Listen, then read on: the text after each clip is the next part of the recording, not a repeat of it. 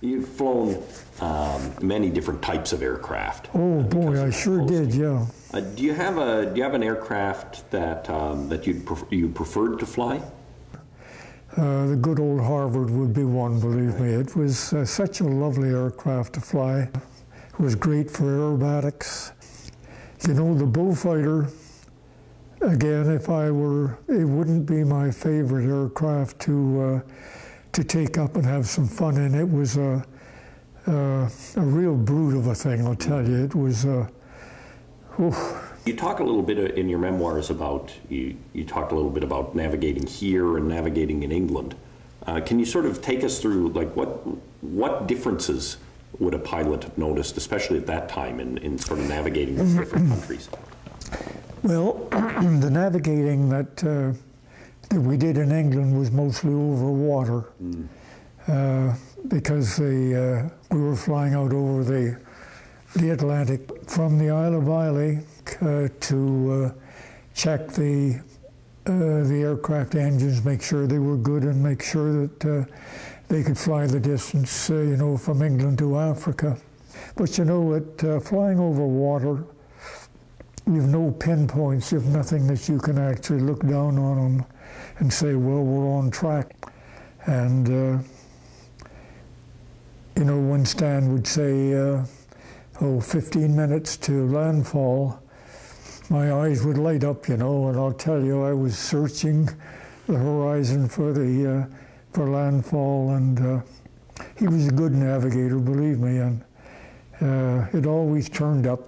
What route did you take to get down to India? Well, the first thing we did when we left the Isle of Islay was to fly down to Land's End. Every day there was, that I was there anyway, there were a number of aircraft taking off for Africa, and they had to leave before a certain time in the morning, because if they left later than that, the flight over the South Atlantic, you know, towards Portugal to start with, was rather dangerous, because the Germans were patrolling it, you know, after a certain time of day.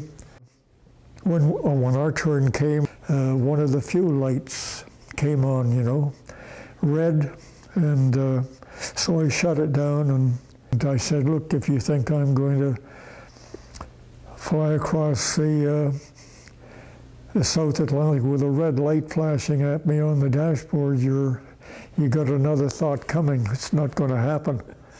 So they finally got it fixed, and I got off before the prescribed time.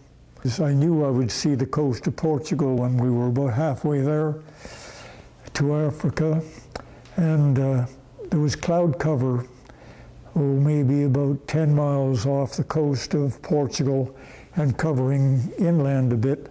So I kept easing in to the port, you know. I wanted to see some land over the cloud, and finally, when I was looking down, I could see Lisbon through the broken clouds, you know, and people were waving to us from the beach, and I thought, you lucky sons of gun out there, you know, lying in the sunshine, and here we are flying off to who knows what, hey, you know. Yeah, once we were supposed to land in Fez, F-E-Z. We didn't land in Fez when we got there. There was inland off the coast of Africa, there was a sandstorm blowing, and when you were in the aircraft and the sandstorm was below you, when you looked down, you could actually pinpoint a very small area, but looking ahead, you couldn't see a darn thing, you know, because you're looking into a mass of sand. So we decided to land at an airfield on the coast of Africa.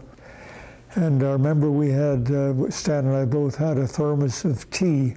And when the British ground crew came up to service our aircraft, we each gave one of the English guys a bottle of still warm English tea, and they were so pleased that, you know, here they were having a drink of English tea.